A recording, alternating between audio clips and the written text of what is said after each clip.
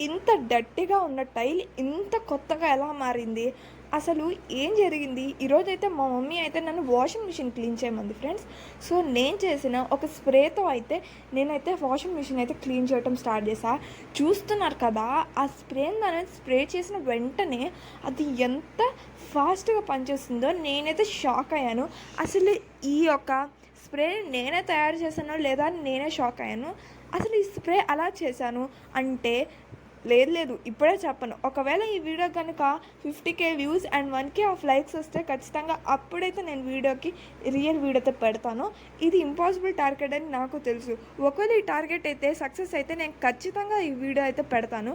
మీరు అనుకుంటారు just soap water లేదా ఇంకేదన్నా అయి ఉంటుంది అనుకుంటారు.